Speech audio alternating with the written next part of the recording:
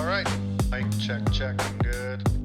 So I'm Max Ceron, CWB Association Welding podcast.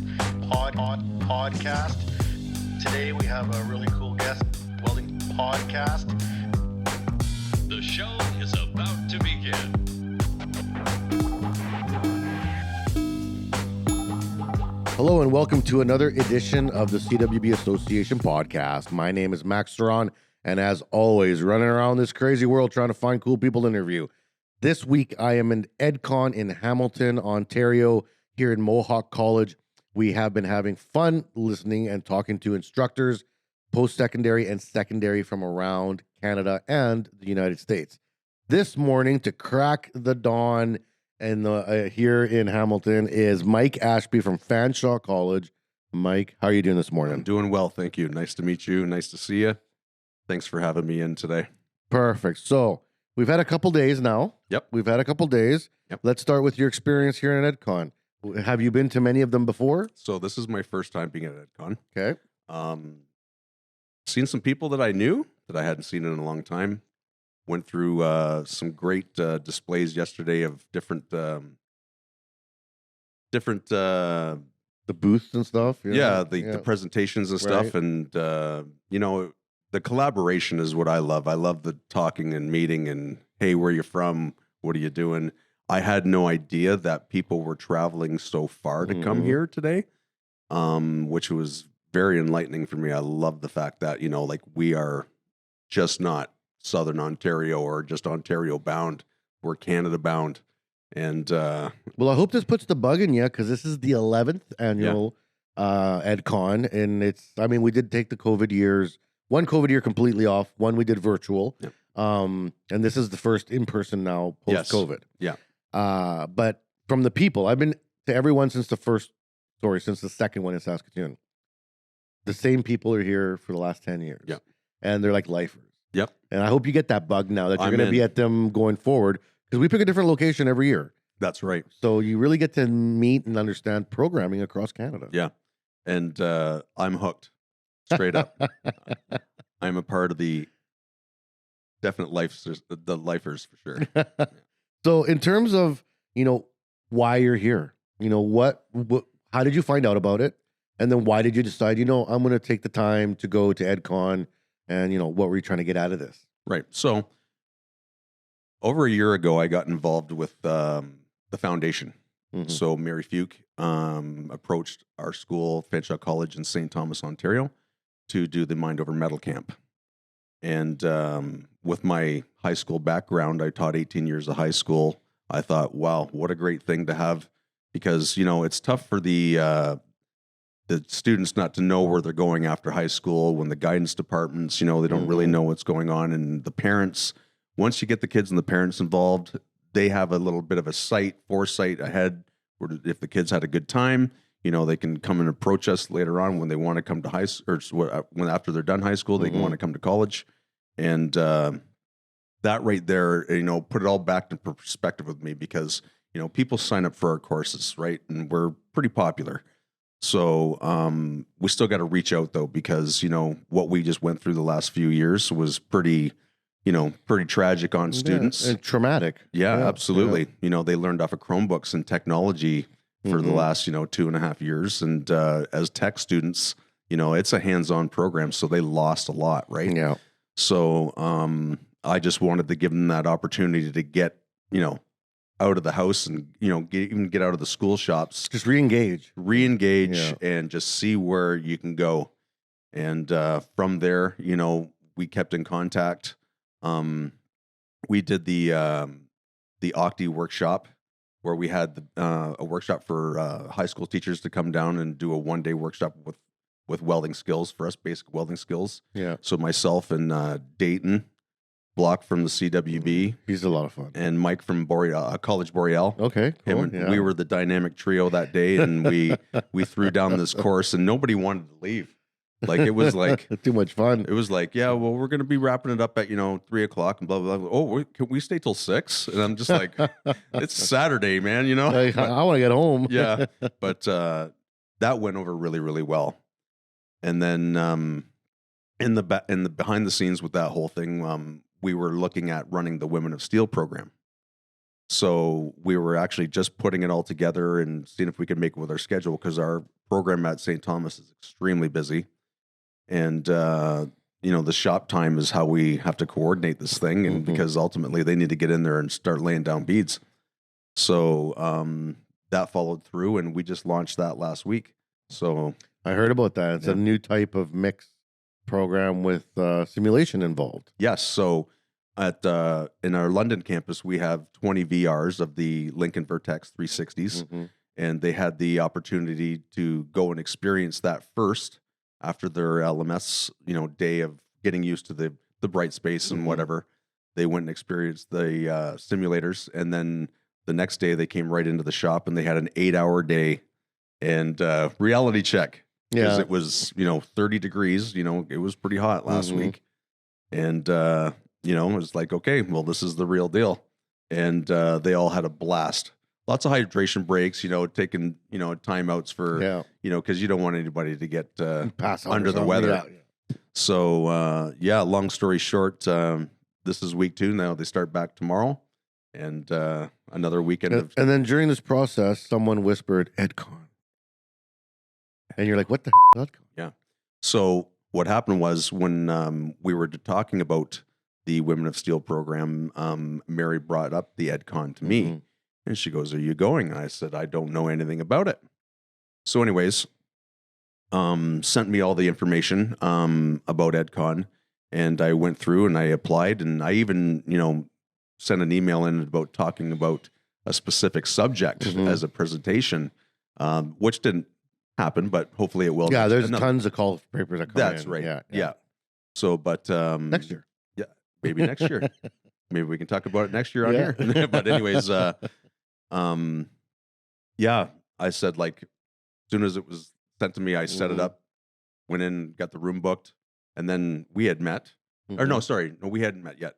It was Dayton. It was Dayton. Dayton said to me, he goes, "Have you got your room booked for EdCon?" I said, "Yeah, I'm all locked in and ready to go." So. Good. Yeah. And when you got here, the first session start, you start seeing all the people roll in. Was it bigger than you thought it was going to be, or was it like smaller? Or I expected what I seen yesterday. Okay. Because I was just thinking of the realm of like, the school boards and whatever. I just didn't know like the distances people were traveling. So, yeah, we got people from the U.S. all across Canada. Yeah, man. It's wild, and it's great to talk to them. And like, the people here are no joke. Like, they're the real deal. Well, they're here because they're passionate. That's right. Right? Because to come here, you got to, first of all, coordinate with your board. Yep. You got to get funding. Some of them have to apply for funding. Some of them don't get that. Some school boards across Canada are very tight on money. Oh, yeah. So they don't got the ability to send. So they really plan these things out because they want to be here. And that puts a lot of onus on CWB to make these things worthwhile tole. Like, exactly. You don't want to come out here and waste your money or just get a bunch of sales pitches or nothing like that. Yep. You want to learn something. That's right. Yep. What have you learned this, couple days? What are some of the highlights for you?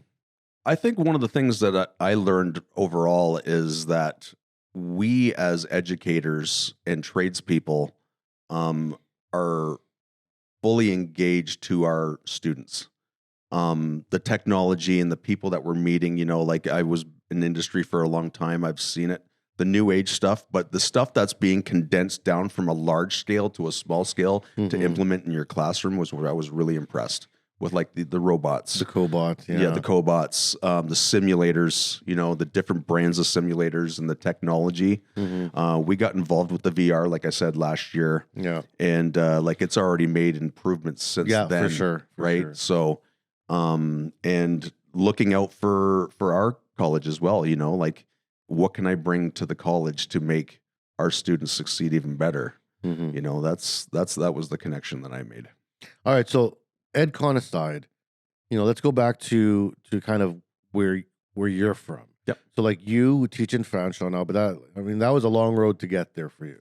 So like, where did you start? Like, where are you born? Where's your roots? Let's start there. I was born in Brantford, Ontario. Okay. And I lived in a small little town called Mount Pleasant, which was just south of Brantford, until I was 16. And then from there, I moved to Scotland, Ontario, which is a blink and you'll miss it little town, heading towards the lake. on Sounds vacation. big, Scotland. Yeah, Scotland. Like, oh my God, what did you don't even have an accent. I'm like, well, it's because we're all hillbillies. No, but anyways, from there, I lived in Scotland until I was in my early 20s. Went to high school in Brantford. You know, did the commute in the car every day. I didn't take no bus.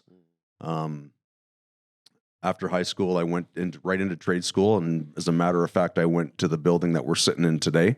Okay. I was into the high tech program Here in Mohawk. at Mohawk College to do my tool and die maker. And the tool and die maker program that they ran then was an accelerated program where there was 3,000 applicants. They took 30 people. Wow. Only 9 of us graduated. It was very It's tough. amazing that, like, hold on, like, how many applicants? 3,000. And like now they're talking about it getting rid of the tool and die maker know. trade completely. I know. It's and technology has a big effect on that, you know. Yeah, 'Cause a it lot of does. stuff's come on automated. Like yeah, die makers are still die makers, but you know the stuff that's making it is all machine. it's all or CNC, it is robot. all Yeah. computerized. Yeah. But you still need that die maker to put it together, and when that die goes out into the world and gets stamped out with a coil of steel through it, that's where the tool and die maker really shines because we Yeah. understand how they work, you know. Yeah. So you know, I did my apprenticeship, and I went straight into automotive. Okay. And I worked for a company named Venture Group or Venture Tech, which was in Cambridge, Ontario. And basically, I was a tool maker on the floor. As soon as I got my ticket, I had no word of a lie. I like the place I was working at. I said, you know, I just wrote my red seal. I'm like, can I get a raise? And he's like, nope, you're not a tool and die maker until I say you are. I'm like, okay, Bye-bye. adios, muchacho. So I put my toolbox in the back of the truck and I ran into no word of a lie. I was heading home. I stopped at Tim Hortons for coffee, as we all do. We have problems. I don't. You're a Starbucks guy. I'm a different kind of guy. Yeah. No, we're not getting paid at all. Yeah. For any of this. So Our unless small town just got our Starbucks. I mean, unless Starbucks or Tim Hortons wants to sponsor the show, wink, wink, right? I ran into a friend of mine who I had seen since a previous year snowmobile trip, and I know he was a tool maker. And I said, "So what are you up to these days?" And he's like, "Oh, I'm working for this company in Cambridge." And I said, "Well, I just wrote my red seal." I said, "I'm licensed." I said, "You guys looking?" He's like, "Yep." He went home, called because we didn't have cell phones, right? Mm-hmm. And Had to go home, start the fire. Yep. And he called me that night. He goes, "I just talked to my tool room supervisor." He goes, "Go and see him tomorrow and bring your resume." I'm like, "Okay, well, I'll be there. What time? Doesn't matter." Okay, went in there. Yep. Walked in. Yep, you can start whenever you want. You can start today if you want. I said, "Well, I didn't even bring my tools with me." Like, you know. Come on, rookie move. Always bring your Yeah, tools. I know, but you don't want to be too presumptuous. And that thing's like the stealth bomber of toolboxes to move. It's just not the little Kennedy box. So I started the next day. And what was that? What were you doing there? What was the type of work? So basically, we were a full automotive stamping plant, full automotive welding assembly. Mm-hmm. And we supported the big three. Yeah. And that's a lot. Like, I mean, we interview people from Ontario, and so much of the conversations at some point in people's careers were in the automotive sector. Yeah. Like that's a big wheel around here, It right? is. It is a huge wheel. We could write our own paychecks for the hours that we worked. We were paid very well at that time. Mm-hmm. And, you know, we lived there. And It was like the boom era of that industry. We were rocking. You know, when stuff went down, like you had to perform. Yeah. And I got myself involved with a program there called the GMT 800 program, where there was 4 progressive dies that were brought in, and they were $4.5 million a piece. Oof. And I was in charge of all 4 of them with a team, and they hadn't even run their first parts yet. So we were under the gun of putting these things in a 5,000-ton press and setting up a full transfer system to them with a vibrating hopper where the discs would come down and it would stamp out these motor conveyors in, conveyors out, the whole deal. Yep. And we were doing the motor mounts for the GMT 800 program for the Chevy trucks. Okay. And so if my Chevy truck motor mount goes on me, I know who to call. You know who to call, buddy. Yep. I know the ins and outs of that thing. And, you know, when you have... Also not getting paid by Chevy unless...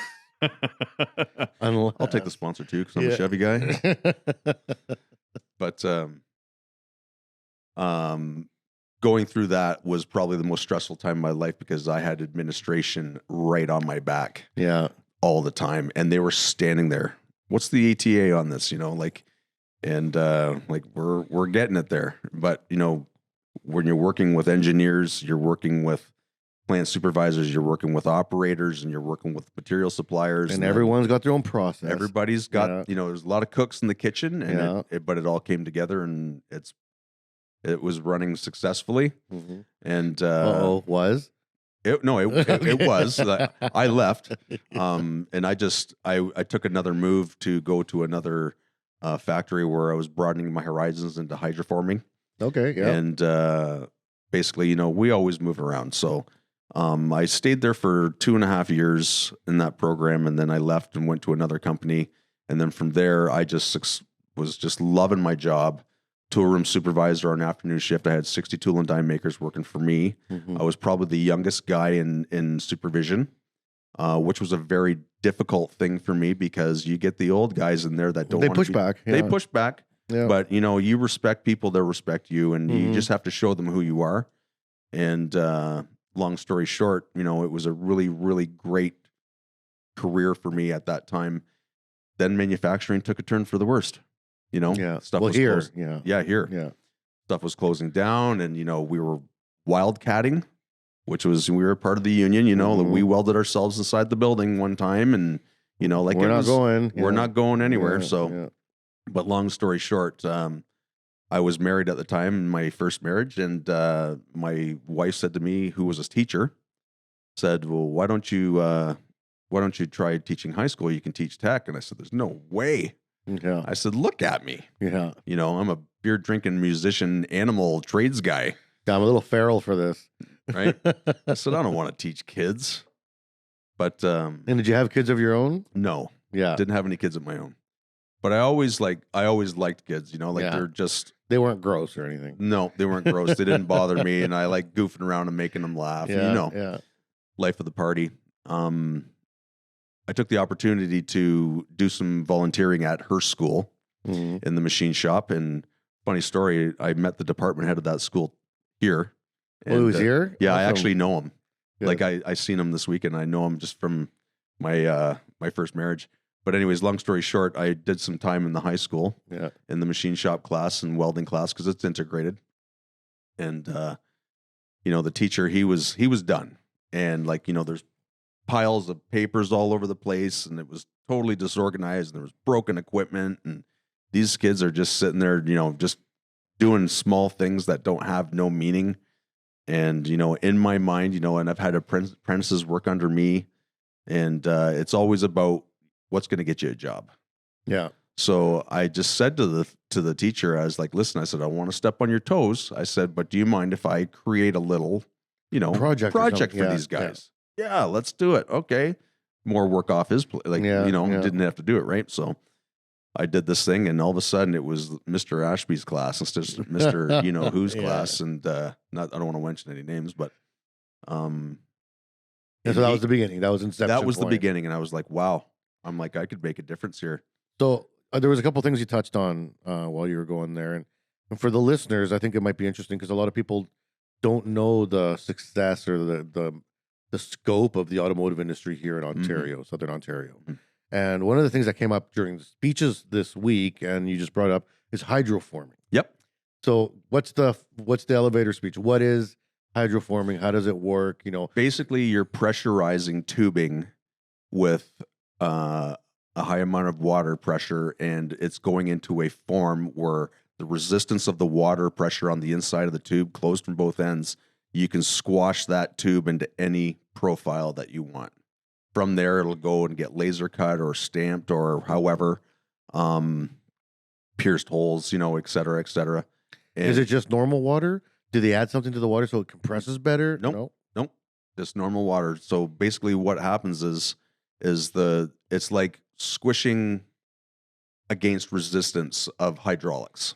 Yeah, like blowing up a balloon inside of a box. Yep. So the balloon turns square. Yep, but with water inside. But So you'd be instead of filling water. the balloon. Yeah, okay. Right? So the extents are fully sought, and the pressure, no matter where the density of the water is inside of it, like it'll force itself into that corner and and make that profile happen. A lot of bicycle frames these days, you see some of these extravagant bicycle frames, it's all hydroformed. Yeah. And then it's, after the fact, it'll be put together in a welding jig and weld. Is there a together. benefit to hydroforming over just a normal pressure die where it just forces it into shape? Well, the biggest thing was the strength, right? Yeah. So frames used to be channels, right? Yeah. And you always had that flexibility. But That's when we were talking yesterday with the gentleman from Samuel, Yeah. you take that fully scaled seamed tube Yeah. and you box it and you put, kinks and resistance It's just against getting it. stronger and stronger. It is super strong. So the flex inside the vehicle is minimal. And there's heat generated in forming. And so the water must help with that as well. Yeah, well, it's a quenching agent too as well, Yeah. right? But it still goes under the gun, let me tell you. Yeah. Yeah. We also used to use oil as well in some stamping dies Mm-hmm. where they're just progressive dies where they would, form a little cup progressively. And then the next station, it would fill the oil or cup with oil to a certain extent and a certain level. And then it would get closed off in the next section. 2 cams would come in and just Smash it into shape. And then Yeah. go to the next one, get a hole pierce out of it. And then all of a sudden it just drops the oil out of it and it gets Yeah. trimmed off and away it goes. It's pretty crazy the stuff that we've created in the world to make. Yeah, no, things I find happen. it very interesting. I come from different industries, so learning about all these industries, it's like, well, that's cool and that's awesome. And then you start having thoughts, why isn't this part of this industry used more in this industry, or vice versa? Because industries have sometimes a lack of communication. They do. And obviously that's why we have conferences. That's why we do these networking Yep. things to share that info. Because some things that seem obvious in one spot aren't obvious in another, right? Yeah. When I got involved with the hydroform thing, it was all top secret. Yeah. You could not talk about it outside the building. And then, that was when, everything was going down, to the fact where, this process is really making a difference in the world and it's going bigger and bigger and bigger. But then all of a sudden it was moved, right? So that company, What hydroforming? yeah, it went somewhere else to be made cheaper, obviously, Yeah. because we were very well paid, right? Yeah. The operators were working under piecework. Mm. So people were living there, Yeah. writing their own paychecks, Yeah. and there's nothing wrong with that. If you're a hard worker and you want to make the money, you can make it. Yeah. But, obviously they go down south and, they'll make it in a far cheaper climate and, Yeah. more money in the pockets of the big shooters, right? But Well, that's where it's supposed to be. Yeah. Yeah. No, said no one ever. yeah, Right. yeah, I know. So you become Mr. Ashby, right? Yep. You take over the program in not for real, not legit Yep. yet, but in effect, right? Yep. So it had an effect on the classroom teacher. And I said to him right off the start, I'm not trying to step on your toes. And I said, Yeah. I want you to be a part of this, but he wanted no part of it. So what happened was he thought I was trying to push him out of his job. Yeah. And You're just trying to find your. I'm just trying Yeah. to find my place and figure out if this is for me. Yeah.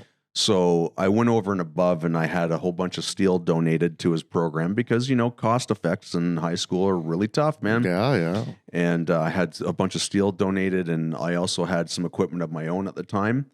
And he had a small machine there that was given to him and it never had the components to actually make it work, like all the cutters and mandrels and stuff like that. And I actually had a spare one. And I brought that in and I said, you know what, let's get this machine up and running. I've got the stuff. I'll have it donated for you. I never told him it was for me. I was just like, I'll have it donated for you, blah, blah, blah, blah, blah. Let's make a difference, blah, blah, blah, blah. And I started, investing into him and showing that, I cared about him as well, right? Because you don't want to hurt anybody's feelings, right? So from that point there, it sort of changed him and it sort of perked him up a little bit because he wasn't working with popsicle sticks and pipe cleaners anymore. Yeah. You know what I mean? There's some real materials now. Got some real material in there. And, he was a general machinist by trade and had zero welding experience. And I had a welding background by that time already. And, I was just like, let's get these machines fired up. Let's get some rods, let's start running some passes, And So at this point, were you also trying to learn the teacher game? There's the learning outcomes, there's taxonomies, there's how they build it on the back end for the people in the trades that we don't know that stuff inherently, right? That's right. So he showed me the secondary curriculum, and I obviously had sort of an ace in my back pocket too, having my wife as a teacher at the time explaining it to me the expectations and the outcomes and all that stuff. And, you know, I picked it up pretty quick because we did it for the apprentices too. It was just a different thing, right? Yeah. So, but long story short, you know, it came pretty natural to me. I set up a few little, you know, things for him to keep things going, because he still probably had 10 years left after, you know, our little visit together. Because at that time, after I did 120 something hours of volunteering, like I was able to apply to Teachers College. Okay. So we did the application to Teachers College for that. And, I was actually enrolled and accepted at Brock. Okay. So, what happened was, I picked up a part-time job, like I was explaining to you before, with Fanshawe College, teaching in Woodstock, Ontario. And I lived in Paris, Ontario. And teaching what specifically? So I was teaching mechanical techniques, Okay. which was a machining, welding sort of combined. Let's get people back into the workplace. You know, you give them the basic skills for running a lathe, milling machine. We made 1, 2, 3 blocks. We made, you know, like hammers. Yeah. In the fabrication side of it, we did all the 5 basic Learn to knurl, learn to thread. Learn to knurl, thread, Yeah, you know, yeah. welding. We did MIG welding, stick welding, brazing, oxy-fuel. Yeah. And, you know, these people were trying to make a difference in their lives. And it was a program through Ontario Works where people, you know, wanted to make a difference in their life and get a new career. And it was a great experience for me, because you just assume everybody's got a good job, you know, and you got a good job. And, you know, like going into that and we're getting involved in the community, you know, you just see like, wow, there's a lot more to be done here, and there's a lot of work to be done. And, you know, like it's rewarding to see, you know, where they go after the fact. And there was a co-op portion to it. There was a 3-week unpaid co-op portion. And I did the co-ops as well. And I traveled all over, even from like here to even St. Thomas. I had people in St. Thomas, you know, that were coming to Woodstock to do this program. And it got me hooked. Yeah. So I was working in the facility at night, and which was in a high school. And, you know, I was just plugging away, and the principal of the high school came down to me, and one night he's like, "Oh, hey, nice to meet you. I've heard a lot about you," and blah blah blah blah. Because I had to work with the department head to like share the equipment and consumables and stuff like that, and whatever. And he's like, "I've heard a lot of good things about you." And he goes, "We want to put a level 1 apprenticeship in here, and you know, get our welding program up to snuff." And he goes, "Would you be interested in teaching it?" And I said, "Oh, I'd love to." I said, "But I'm not a teacher." I said, I'm enrolled to go to Brock. I said, but you know, that starts in June. So what they do in June is they start you off with an ABQ in communications technology or manufacturing or whatever you need. And then you start the following September. So this is like April, May. You got a long time ahead of you. Got a long time ahead of me. Right. So I was just like, oh my God, what am I going to do? So he says, well, he goes, the job's yours if you want it. He goes, there's 20 new textbooks and the machines are all be set up and for you in the fall. And I said, okay. And I said, but I'm not a qualified teacher. He goes, we'll worry about that later. I'm like, okay, shady deal in the school board already. But but that happens lots. It does. Like, I mean, you got to fill spots, right? Man. Like, so they hired me on a letter of permission. There was nobody in the board qualified that take this position that they were trying to do. And obviously they had a good relationship with the local Oxford manufacturers. And this is where this was really coming in. So they brought a 3-way partnership together with the local Oxford manufacturers, Fanshawe College, and the Thames Valley District School Board. We created this thing called the Oxford Technical Training Center. okay. So we were doing college level and we were doing high school level all at the same time, trying to make, you know, skilled people for the workforce. Yeah. So I walked right into it, and I taught like day one. I did all my prep work and I put it all together. Like there was curriculum. There was stuff from previous teachers there, but there was nothing in the apprenticeship side of it. And I was like, okay, you guys want to be apprentices? We're going level 1, right? But I really had to. And the apprenticeship system's laid out. So like level 1's there. You know It's exactly there. what you got to hit. It's all there, right? So I set it up where the fact that, you know, I immediately went when I was in trade school in this building that we're sitting in right now. What did we start with? We're at level 1, and you just followed the book. Yeah, health and safety, basic tools, start working your way hand up. tools, A little bit of mathematics, That's whatever's right. in there. Yeah. All right, so this is a good time to take the break for our sponsors, because when we get back after the break here with Mike, we're going to talk about now the current career in Fanshawe and how that started and where you're working up today. And even, I don't know, you had an announcement today. Yeah, actually, it was something became official yeah, today, but so- we'll talk about that when we come back. Yeah, when we get back here right after the word. So stay tuned. Don't go anywhere. We'll be right back here on the CWB Association podcast. The CWB Association is new and improved and focused on you. We offer a free membership with lots of benefits to anyone interested in joining an association that is passionate about welding. We are committed to educating, informing, and connecting our workforce. Gain access to your free digital publication of the Weld magazine, free online training, conferences, and lots of giveaways. Reach out to your local CWB Association chapter today to connect with other welding professionals and share welding as a trade in your community. Build your career, stay informed, and support the Canadian welding industry. Join today and learn more at cwbassociation.org. And we are back here on the CWB Association podcast. My name is Max Ceron. I'm here with Mike Ashby from Fanshawe College. Right before the break, we were kind of working your way up through your career. You got into the high school gig kind of backwards, kind of got into the college game kind of the same way, Yeah. and you just fake it till you make it, and it was working. It was working. It was working. Obviously, there's skill. You know, you're a tradesperson, so Yes. that's the proof in the pudding generally to get anywhere. Yep. And now you're at Fanshawe, and you're starting to get in terms of some part-time gigs, which for anyone that teaches in college, that can be a long train It of is. part-time It is. before you get offered a full-time. Yeah. So, you know, what was that? How did this path start? So basically, when I started teaching high school, I still worked for the college part time, Mm-hmm. and because I worked in the same facility, it was really easy for me if I had to do a night school course for CWB certification or whatever. Mm-hmm. You know, I would do corporate training for companies, whatever. It would be in my building, so it wasn't a really big deal. Like I was still there. I was still teaching a full day. I would do another 6-hour class at night, just a couple nights a week, because Yeah. I really enjoyed teaching the adults, right? Or even industry. Mm-hmm. So I did that for just shy of 20 years part time, and I did 18 years of high school, but I kept the dream alive of the College job. college Yeah. for up to the 20-year mark. And like, long story short, And are you getting seniority? Are you pulling in hours? No, not really. no, but I was gaining popularity because Yeah, people you know know, who you are now. I would Yeah. never say no, and I was always committed to doing whatever they needed.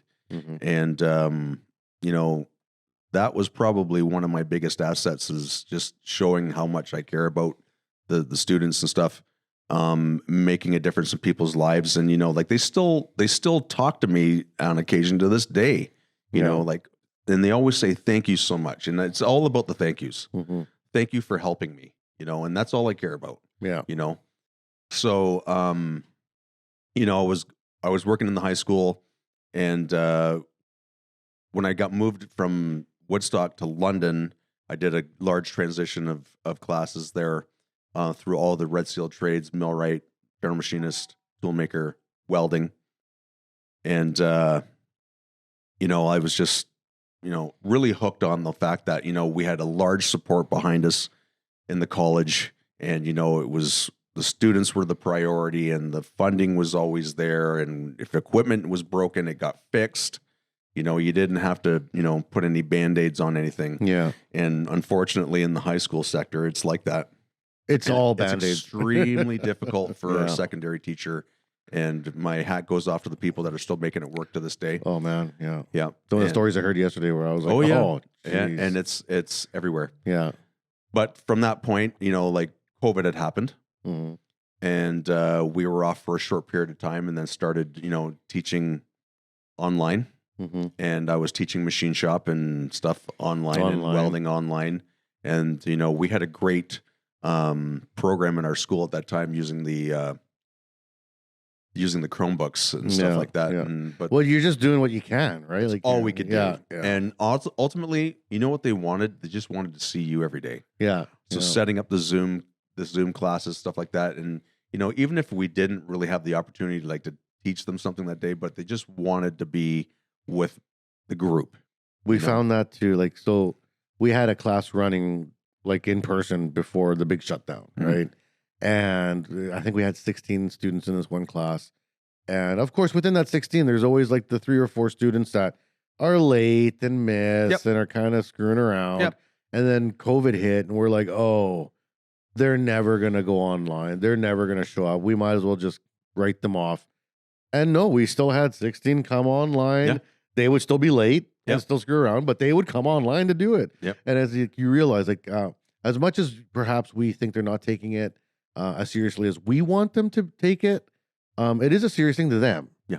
And like, I mean, they don't want to be left behind. That's right. Right. And one of the biggest things you got to think beyond the classroom is like a lot of these students don't have anybody else except for us. Mm-hmm. And we're their safe people, you Yeah. know, on a daily basis. And, Yeah. you know, it chokes me And, up. and it's a positive place. It's and a positive place. And they Yeah. got friends and the colleagues, they're like the little baby future colleagues, right? That's right. I always tell the students, you know, the 12 people in this room, yeah, you're competing. You're kind of, there's a friendly competition, but you guys are making friends for life here. You have no idea. Yep. Like 20 years from now, you're going to run into someone and they're going to still be Welding or whatever. Yep. Hey, where are you at? Hey, where are you? And Yep. and then it's going to be a sit down and have a coffee and reconnect. And That's right. That's magic, right? It is magic.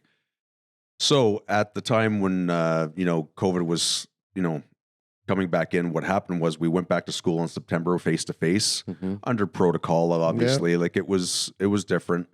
And our schedule was way out of whack, and we're doing each class every day, 4 days. Like it was crazy. Trying to like got taped off parts of the shop. You're over here. You're Yeah.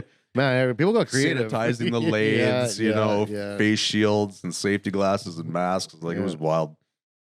So, I was still working for the college, Mhm. but But not full time yet. not full time yet. And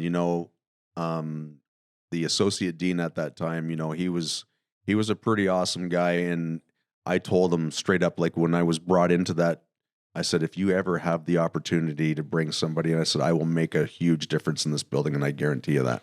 Yeah. And not trying to be cocky by any means, but my heart and soul is an apprenticeship, and I'll do whatever it takes to be here. And I said, like, I will work every day to prove it to you on top of my full-time job. And I did that.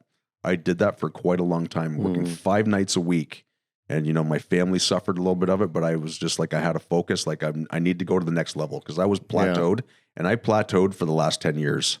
And it wasn't even like, I can't even remember it, because it was just the same thing. It gets tough. I mean, Yeah. Some people, bless them, Yeah. are really good at working the same thing for 30 years, 40 years. Yeah. Some are not built like that. Yeah. Right. I wasn't feeling the reward anymore, Yeah, because yeah. things had changed so much. I went to him, I said, listen, can you throw me a bone? I'm like, I'll do whatever it takes. Yeah. And he said to me, he goes, I can give you full-time hours from January to June 30th. Mm-hmm. He goes, you won't be full-time, but he goes, well, I'll give you the hours to make sure you are. And he goes, I want you to go into this one section, and I want you to take a look at things Yeah. for me. I said, okay. So I went in there, and What trade was it in? it was in the welding department. Yeah. So, the crew that were in there were pretty good guys. Basically, what I had to do is I had to take a leave from the high school and just protect myself, just in case it didn't work out. You can do it Yeah. up to 2 years. Yeah. 2 years. And I took a leave, and I just told the principal, I said, by the way, after Christmas, I said, I won't be back. And he's just like, Oh. no. But in the defense of that, I said, I had a student teacher from Well, Western. opportunity is opportunity. I had man. had a student teacher that came from Windsor University, and he was still with me at the time, and he had a couple of lines, and I got a little bit of a couple of LTOs in there. Mhm. I said he would be the best guy to put in there to take over from me. I said he knows everything. A little bit of succession I plan taught, there. I taught him everything that Yeah. he needs to know, and I said he'll just walk right in. It'll be plug and play. It was fortunate that it happened, and Mhm. very lucky for the students as well, because the students already knew him. Some continuity. Yeah. Right. So basically, it was a really good transition, and I left the building and went straight into working for the college. I was still a part-time instructor, but I was consuming the hours up to Mm-hmm. 55 something hours a week at times. And because of the protocol we were under, we were open from 7 in the morning till midnight, Yeah. and we were teaching 4 classes a day that were the exact same for 10 people at a time, because we had a group of 40, right? Yeah. 4 groups of 10, 4 instructors. Like, it was nuts. So why was it just the college just didn't have the FT job for you? Was it a funding thing with the college? Like, that's a long time to be on the part-time, longer than most. Like, I did part-time for, I think 6 years before I got full-time. They did have full-time faculty in the position already, but this one particular fella had left, and he had his own business, became successful, and he just couldn't commit to the students anymore. He had to commit to his business, and that was his thing. Path. Nothing wrong with that. Yeah. And they had nobody that replaced him yet. So they had another fella in the building as an acting coordinator of the program. No welding background at all. Mm-hmm. So, and he did a great job. He's a super big supporter of all the employees and the faculty, non-full-time people. It's just really, really great person, but completely overwhelmed because there's a lot going on, right? So they put me in there to sort of assess the situation of what they were up to, because they had a number of complaints coming in. Like some of the instructors were just YouTubing and just letting them go and just mailing it. You know what I mean? Yeah. And not making the connection to put these people out into the workforce. So I'm not saying I was a snitch, but I was assessing like what was going on, and there was a lot of barbaric methods in there that were crushing people's egos and self-esteem. Yeah. And that's unnecessary. That is completely unnecessary. And it actually happened to me with my group. So because we had four of us, so like I only had my group of 10, and I could never ever see the other group of 10 because you couldn't overlap. Yeah. There was I didn't even know these people. You're not in the same building at the same effing time. Just my group of 10. So I walked into the shop one day, and this particular person we were just getting ready to do tickets, and we had all our tickets stamped out, ready to go, because testing was coming up in 2 days, and he was taking all of our plates and he was throwing them all over the ground.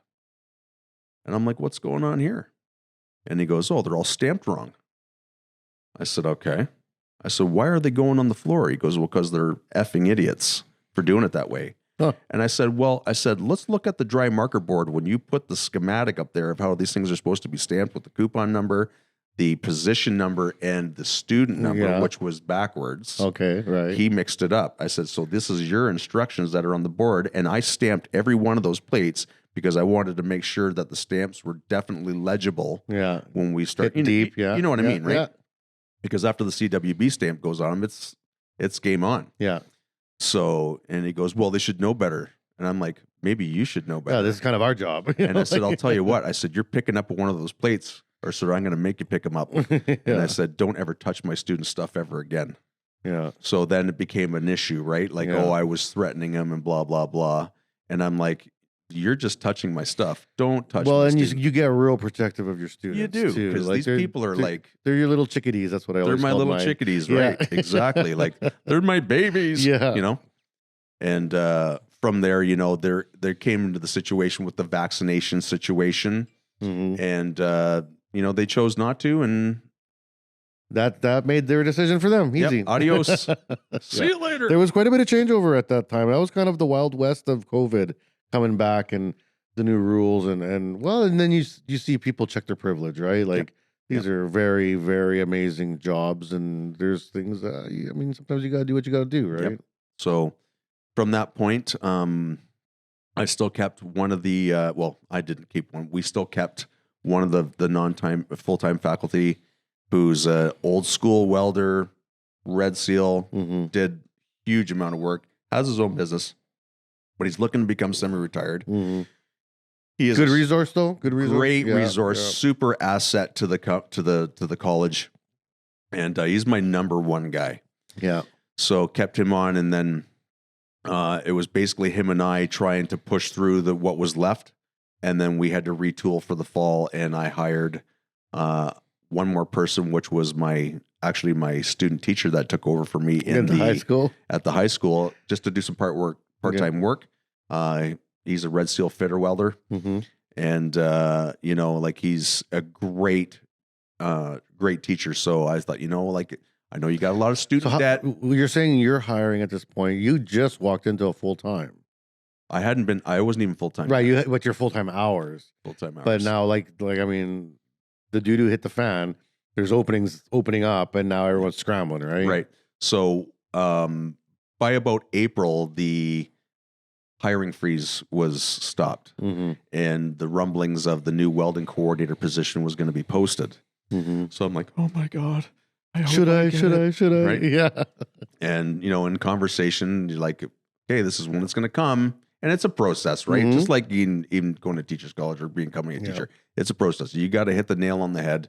You got to be there at the right time. It's still open to the public, to everybody else. Like, there's opportunities for other people to take that job. Some all-star can float in that just moved into town. Like, that's right. Yeah. So basically, I was hired for that position. And I wasn't a coordinator yet because I had to do a probation period. So it was still acting coordinator by the other fellow, but I was actually running the department under his supervision.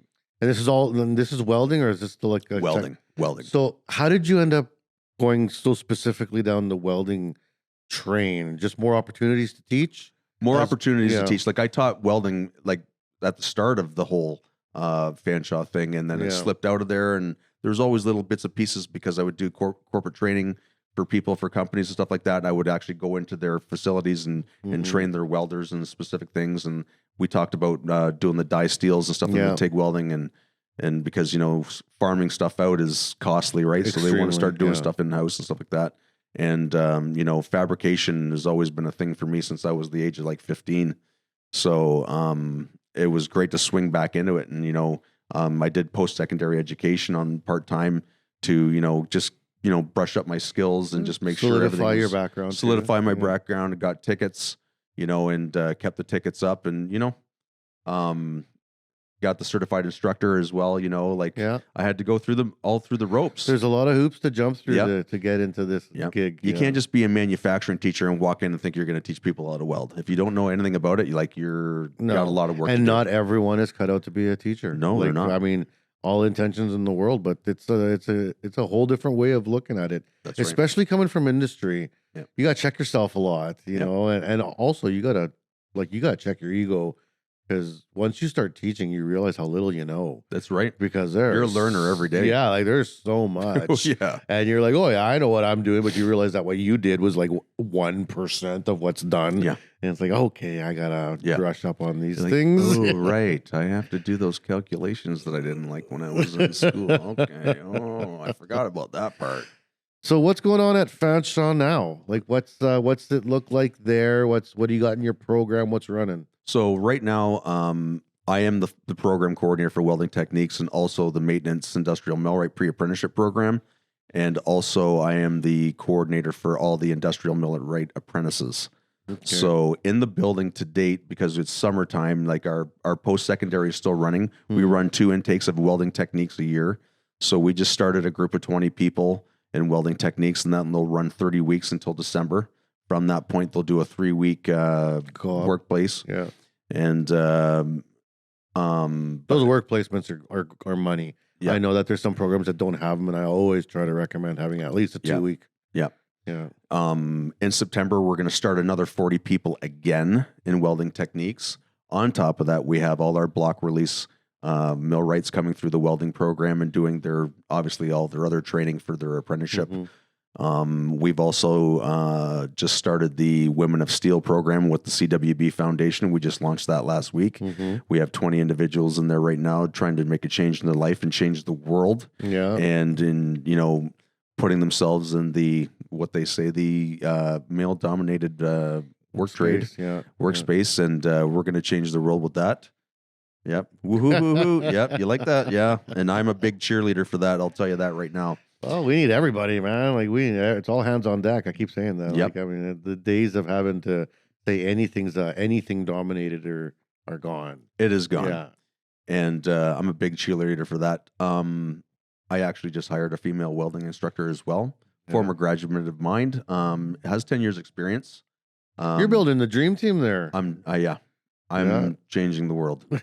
I am trying to change the world, and I would love to do that in the millwright side of it as well. There's lots of work to do, but I'm up for the challenge. I got big shoulders, and I've got to focus.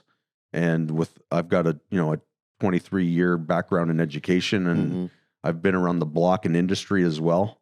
And I hold 3 red seals, so There ain't too much that can slip by me without having an idea to go forward with something and collaborate with people. It's always about me being in like-minded thinking. Yeah. I know stuff, you know stuff. What can we do together to make it right? Yeah. It's not like showing how, smart you are. The It's real about- sign of intelligence is how many questions you ask. Like knowing what you don't know. Like That's right. And just accepting that. I don't That's know. right. I need to ask. Yeah. Like, yeah. Yeah, and there's no wrong question that you can ask. Well, there's some. Well, there is, but yeah. We're not going to go there today. Good Lord, man. Like, I mean, there's limits. Like, I mean, come on. But yeah, so we're rocking. Yeah. Um, What's the intakes look like? Like, there's colleges in this country. Like, I go across Canada and U.S. all over, and there's colleges that have these massive schools and programs, and they got 4 students. And I'm like, how? And it sounds like are you waitlisted every year for your program? Are you full? we are full. Yeah. One cohort we had, I think it was 37 instead of 40. Yeah. And then you get a couple of dropouts in There's the first attrition, week. Like, yeah. there's always going to be a couple of people that are like, yeah, this wasn't for me. Yeah. And, you support them just to lead them maybe into a different spot Yeah, or whatever, yeah. because you don't want to see them just not. I guess do you can be a something. plumber. Yes, yeah. Yeah. Hey, they make good money too. They do. Hey, Yeah. that's usually where I push people because it's like one of the trades that makes a lot of money. So Yeah. it's like, yeah, try plumbing. Yeah. To be for real with how that works, I am out there, like, because of our program having the co-op portion of it or the work placement portion So you're of it. peddling the industry. I Yeah. went and knocked on doors Yeah. because we had a list of people and it was very vague and it wasn't really professionally done. And I thought, you know what? I'm going to go knock on the doors and say, hi, my name's Mike Ashby. I'm the welding coordinator, blah, blah, blah, blah, blah. Would you be interested in taking welding, students on for a 3-week trial period? It's unpaid, Yeah. leading to They're coming for free. coming Yeah. for free. It's RWSIB, like Yeah. everything's covered. And give them real work. Don't be Yep, shy. yep. Yeah. And I have 33 employers now that I work with. I have a horror story of co-op. Huh. And this is like this is an example of why I am such a big supporter of women in the trades. Mhm. I had 2 wonderful female welding students. They were like in my class, out of 40 students, they were like in top 5, both of them. They were good. And they wanted to they were applying for co-ops, right? And we give them a list of all the companies that have been good for us. And there's always some new companies that show up being like, hey, if you got co-op students, send them our way. So this was a new company. And I was like, hey, why don't you guys check them out? I don't know anything about them, but they said they were looking for co-op students. So the 2 ladies went and applied at the same place because they're like kind of friends and like, yeah, we'll take both of you on. A week later, I go do like the check-ins, Yep, right? I yep. go check in. I'm like, hey, where are the girls at? Oh, they're in the coffee room. And it's like, oh yeah, is it coffee break? Oh no, that's where they're working today. I go look and they're in there in janitor's clothes and they're like cleaning the stoves and cleaning yeah. And I'm like, what are you guys doing? All we've done since we've got here is clean. They have just gotten us clean. I'm like, well, have you done any welding? No, we haven't even been on the welding floor yet. I lost my mind. Oh, for sure. Dude. It was like Mount St. Helens. I walked out to the guy. I was like, you wanted welding? He's like, wow, they're women. They were probably better at this anyways. And I was like, dude, they're coming with me now. Yep. Like, we're walking out this Yeah. door together. See ya. And I'm going to like badmouth you actively Yeah. for a while. Yeah. Because that is uncool Yeah. and damaging to this industry. And I couldn't believe people even would have the balls Yeah. to think like that. Ridiculous. Like it's ridiculous. And I realized at that moment, I'm like, man, it's still out there. Yeah. It's still It out is. there. Like it's ugly. One of the biggest things I wanted to establish was when I have students go to work placements, like I do their placements. Mm-hmm. I do have somebody that works with me out of the career training services Mm-hmm. at the mall. And that's just because the paperwork side, like there's a lot to do. Yeah.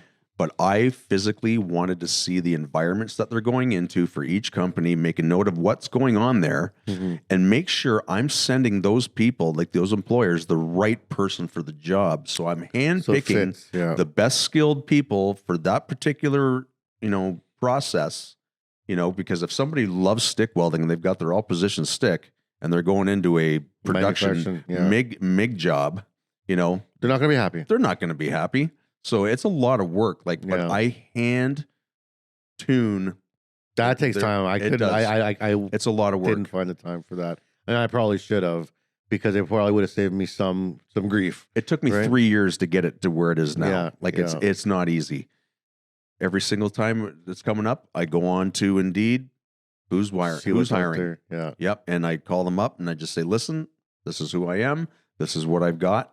Are you willing to take people on for a 3-week trial period and be employable after the fact? And it's no cost to you. Yeah. And they're like, we are absolutely all over it. Yeah. And like, I mean, the college carries all the liability for insurance and everything. Yep. So yeah, And knock on wood, 3 years in a row, 100% success in employability. that's what I was going to ask you next. Yeah. Like, I mean, our co-op programs at South Poly are 100%. Yep. And like, I mean, that's why I'm such a big pusher of it. And Yep. I was going to see you're Yep. the same.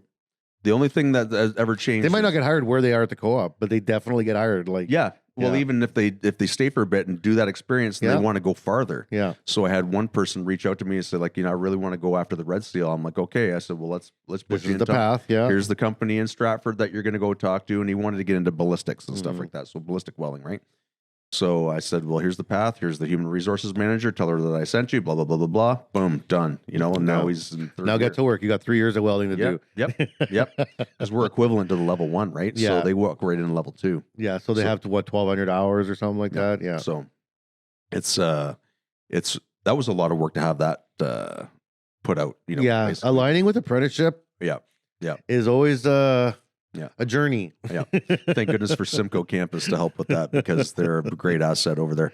But yeah, it's a big thing. Like, it's all about putting people in the workforce, right? Yeah. And whether you want to just stay and do that trick every day or you want to keep pushing on, it's completely up to you.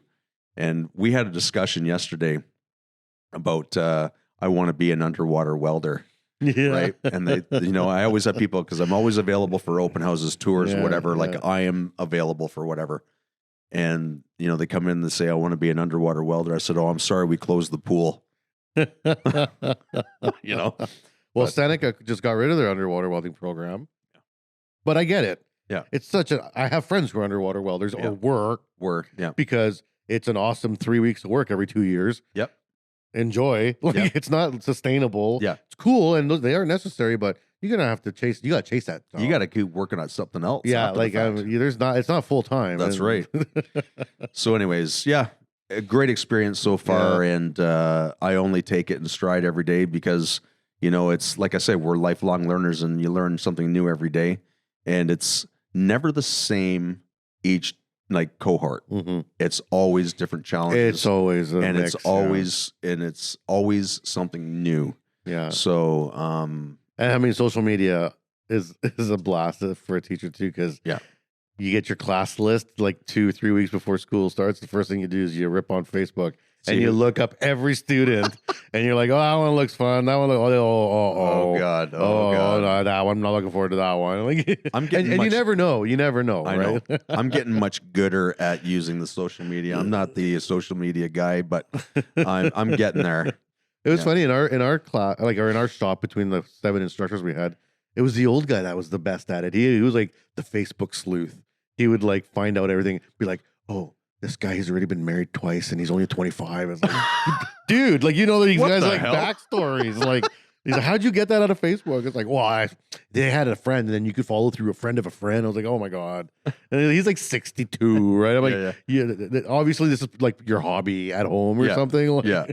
Yeah. I mean, that may have sounded creepy, but but it was funny. I'm at home watching a 90 Day Fiance. Yeah, is No, that your thing? Just kidding. All right, well, we're gonna wrap up the interview here pretty quick. A couple questions to just top it off. First of all, let's bring it back to EdCon, and going forward, for future EdCons, what would you like to see? What's something that perhaps this week you're like, oh, I was hoping to do X and it wasn't available, or just a suggestion for the future shows?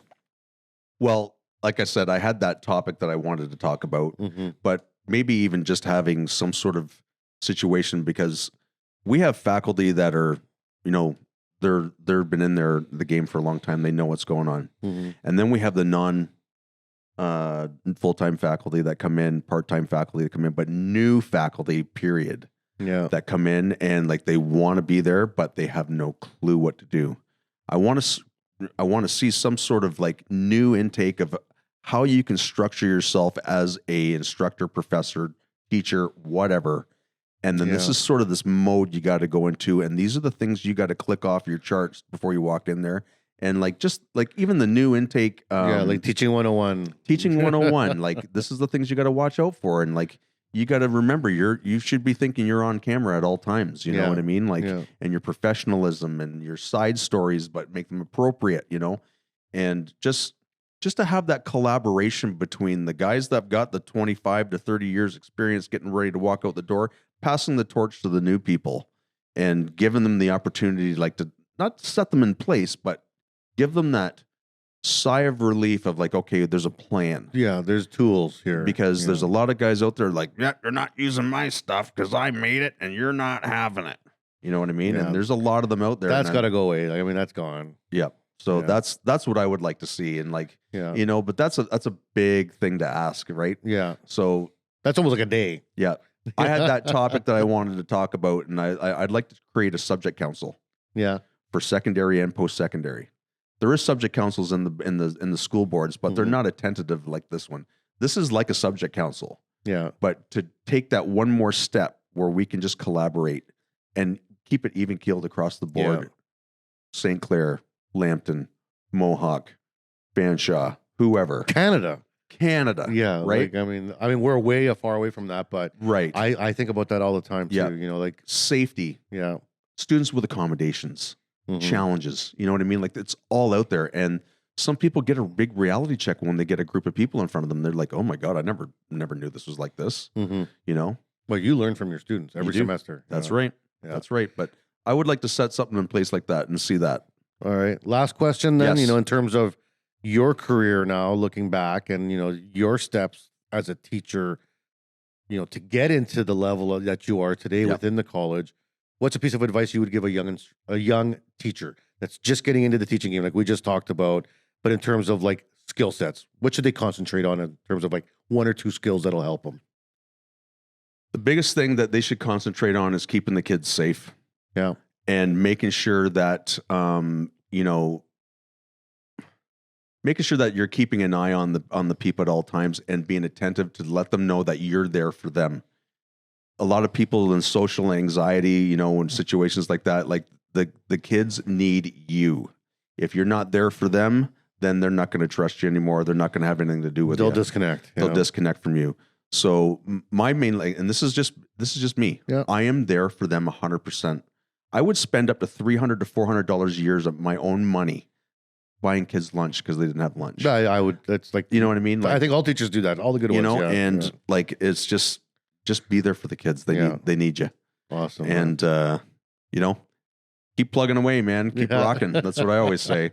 Any shout outs to anybody? You want to say hi to anybody or any shout outs? I would like to say hi to my department at Fanshawe St. Thomas, David Hayblom, Bryson Connolly, Kenny Cunningham, CJ Jefferson, and Felicia Cutler. Thank you for doing everything that you do for us every day and making a change in our building. And the students will never forget you. Keep working hard. Awesome. Well, thank you very much. And thank you for coming on the show today. Thank you. It was great to meet you. Awesome, man. Yeah, we had a lot of fun this week. We did. Yeah. All right. So thank you to everyone that's been following along. This is Mike Ashby from Fanshawe College. If you're interested in anything that's going on at Fanshawe, find them online. Go there. With this release, we'll have the information online for the courses and on how to get a hold of everybody. And, you know, we're going to do a whole bunch more interviews today here at EdCon. So make sure you stay tuned to what's coming up next and keep downloading, sharing, and commenting on the podcast as they come out. Thanks a lot and stay tuned for the next one. We hope you enjoyed the show.